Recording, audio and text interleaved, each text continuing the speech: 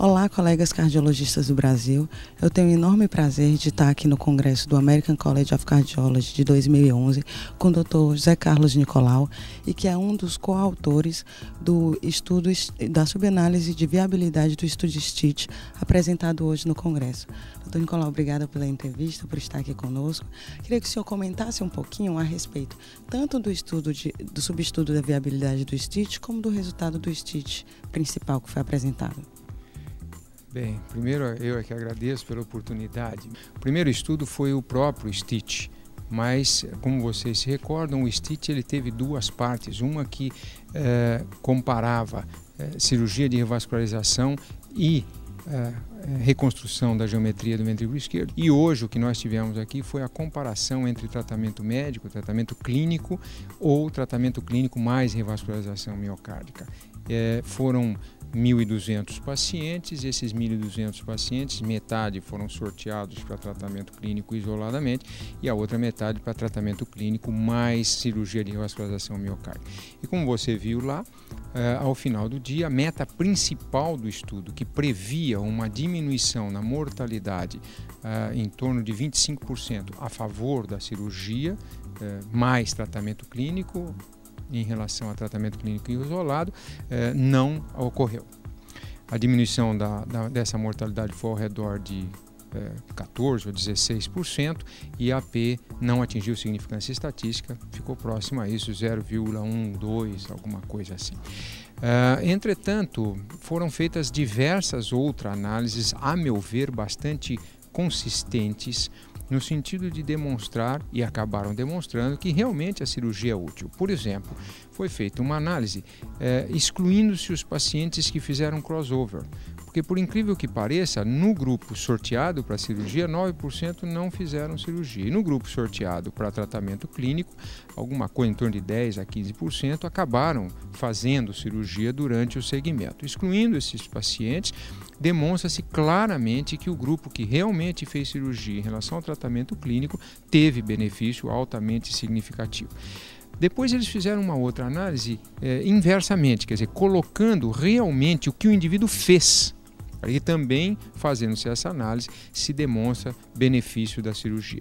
Então, na realidade, é um estudo neutro. A cirurgia, na meta principal, não mostrou o benefício, porém, em análises, de novo, a meu ver, bastante claras, elas nos levam a crer que realmente existe um papel, existe uma indicação clara de cirurgia. Em relação ao estudo de viabilidade, esse foi realmente uma surpresa para todos nós. Eu tenho a impressão que toda a comunidade daqui para frente vai ter que se debruçar sobre esses números e analisar isso com muito mais detalhes. O fato é que nessa população de alto risco, com disfunção ventricular esquerda, é muito importante, tem sido muito importante ao longo do tempo, análises de viabilidade no sentido de decisão cirúrgica ou não.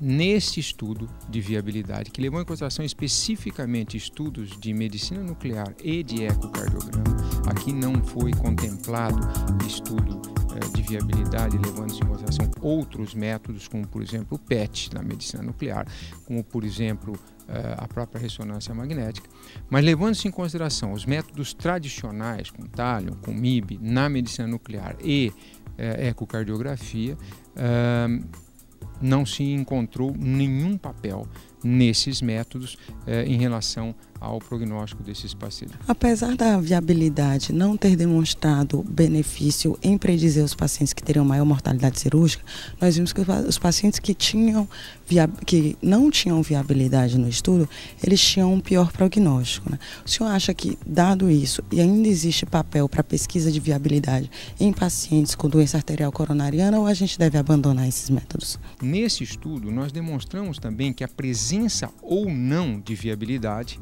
ela agrega valor prognóstico. Em outras palavras, os pacientes que não apresentavam viabilidade tiveram um prognóstico muito pior, morreram mais do que aqueles que tinham viabilidade. Então, a presença de viabilidade seleciona um grupo de menor risco que vai morrer menos.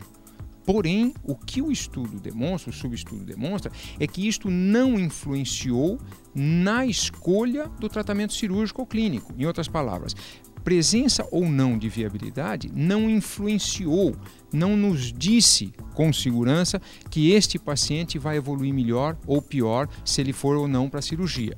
Mas a presença de viabilidade realmente seleciona um paciente de menor risco. Eu acho, como eu já lhe disse, que nós vamos ter que mastigar isso, que analisar isso com mais cuidado ao longo do tempo, porque também outras análises e outras informações estarão surgindo ao longo do tempo. Mas eu diria a você que neste momento, o mais importante na decisão cirúrgica é o paciente em si, avaliar adequadamente qual é o risco cirúrgico do paciente e a anatomia das coronárias.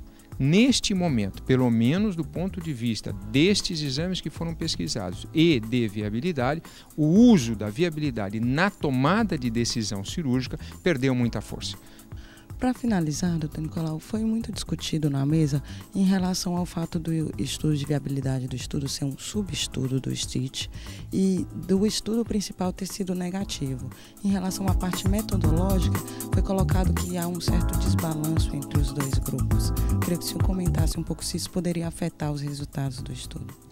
Esse é um ponto também bastante importante. Vejam, quando se analisou os dois grupos, o grupo clínico e o grupo cirúrgico, não existe diferença significativa entre os dois grupos, como costuma acontecer e seria de se esperar em pacientes que são sorteados, como foi o caso do STITCH, em que uma parte era sorteada para ficar em tratamento clínico e outra parte em tratamento clínico mais cirurgia.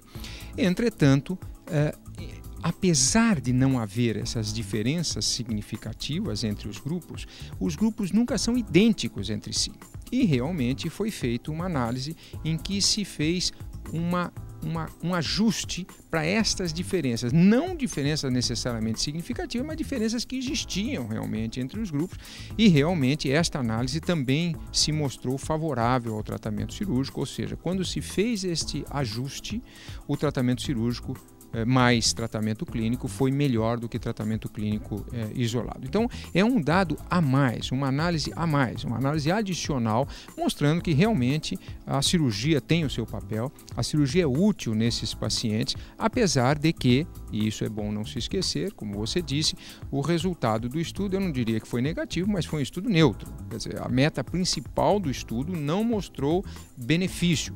Mas veja bem, se você for ver o hazard ratio, deu 14 ou 16% a menos de mortalidade. E mais, se você for ver o número absoluto, são 5% a menos de mortalidade a favor da cirurgia. Isso não atingiu significância estatística, porque, como eu já disse, o que se esperava, que era uma diminuição de 25%, não foi atingido. E o estudo foi neutro, não foi um estudo negativo. Mas os números absolutos falam a favor da cirurgia. 5% a menos é um bocado. Nós estamos falando aqui de um NNT de 20. Se isso for verdade, para cada 20 pacientes que você tratar com cirurgia, você salva uma vida em 3 anos de segmento. Então isso é muito bom. Mas realmente não atingiu significância estatística e a gente precisa ver esses dados, esses números com muita cautela, não é? Mas eu acho que o conjunto dos dados falam a favor da cirurgia, de novo, apesar da meta principal do estudo ter sido neutra. Muito obrigada, doutor Nicolau. Foi um prazer e até a próxima.